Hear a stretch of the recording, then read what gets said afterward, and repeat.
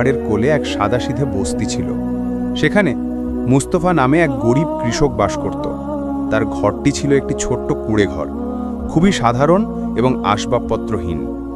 মুস্তফার কাছে গ্রামের সবচেয়ে ছোট জমিটি ছিল, একটি পাথুরে টুকরো, যেখানে খুব কষ্টে এতটুকু ফসল ফলত যে কেবল তার পেট ভরতে পারে, যদিও সে দিনরাত ঘাম ঝরাতো। মুস্তফা একদম একা ছিল। তার স্ত্রী মারা গেছেন অনেক বছর হয়ে গেছে এবং তার কোনো সন্তান ছিল না।